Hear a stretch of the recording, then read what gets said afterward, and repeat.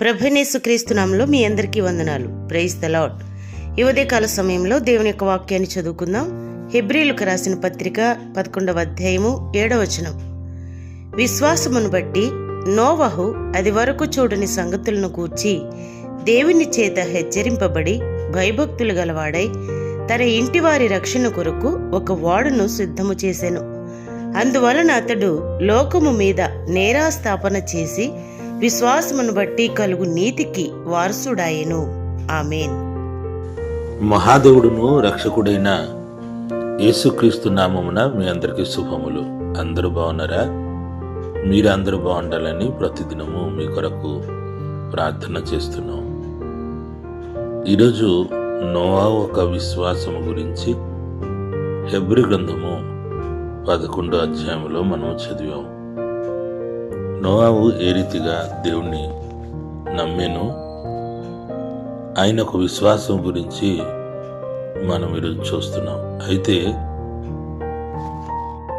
మనకు అందరికీ కూడా బాగా ఇష్టమైన లేక బాగా జ్ఞాపకం ఉన్న వచనం ఏంటంటే, నమ్ముట నీ వలనైతే నమ్మువరికే సమస్తము సాధ్యము. నిజమే, మనము నమ్మగలిగితే మనకు అన్ని సాధ్యమని మనకు బాగా తెలుసు. కానీ విశ్వాసం అన్నది అందరూ విశ్వసించడము చాలా కష్టం. విశ్వాసానికి ఒక డిగ్రీ ఉంటుంది. కొందరు తక్కువ విశ్వాసిస్తారు, కొందరు ఎక్కువ విశ్వాసిస్తారు. అందుకు శిష్యులు అంటారు, మేము విశ్వాసములో అభివృద్ధి చెందినట్లుగా చేయము అని మన ప్రభు అయిన యేసుక్రీస్తుతో అడుగుతారు. ప్రియ దేవుని బిడ్డలారా, విశ్వాసము ఒక చిన్న విశ్వాసము నుండి స్లోగా విశ్వాసి ఎదుగుతూనే ఉంటారు. ఇక్కడ నోవాహు గురించి చూస్తే, దేవుడు చెప్పిన మాటను ఆయన సంపూర్ణంగా నమ్మి ఆనాడు ఒక ఓడ కట్టినట్లుగా మనము చూస్తున్నాం. వర్షం వస్తుంది అని, ఆ వర్షపు నీటి వలన భూప్రపంచం అంతా నాశనం అయిపోద్ది అని క్లియర్గా అర్థం చేసుకున్నాడు.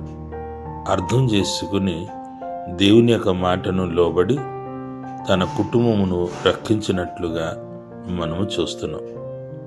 అయితే ఇక్కడ ఒక ప్రత్యేకమైన విషయము, విశ్వాసం వలన ఆయనే తన కుటుంబమును రక్షించగలడు. కానీ అనేకులు ఆయనను నిందించి ఆయన విషయంలో అపహాస్యము చేసినట్లుగా మనము గమనిస్తాం. నిజమే, ఇది ఎలాగ జరుగును, నీ పిచ్చి తప్ప అని అనేకులు చెప్పి ఉంటారు. ప్రియ దేవుని బిడ్డలారా, మనము కూడా దేవుని యందు సంపూర్ణ విశ్వాసం ఉంచినప్పుడు అనేకులు మనలను హేళన చేస్తారు, పరిహాస్యం చేస్తారు. అటువంటి పరిస్థితిలో కూడా మన విశ్వాసమును గట్టిగా పట్టుకున్న ఎడల మనము నీతిమంతులుగా కనబడతాం. అయితే విశ్వాసం వలన ఏదైనా సాధ్యము అని విశ్వాసించిన ప్రతి ఒక్కరూ ప్రభు పేరిట మీ అందరికీ నేను మనవి చేస్తున్నాను. విశ్వాసముతో నడవండి, విశ్వాసముతో ప్రార్థన చేయండి. విశ్వాసముతో దేవుడిచ్చిన ఈవులు, ఆశీర్వాదములు పొందుకోండి. దేవుడు మీ అందరిని దీవించి ఆశీర్వదించును గాక. ప్రార్థన.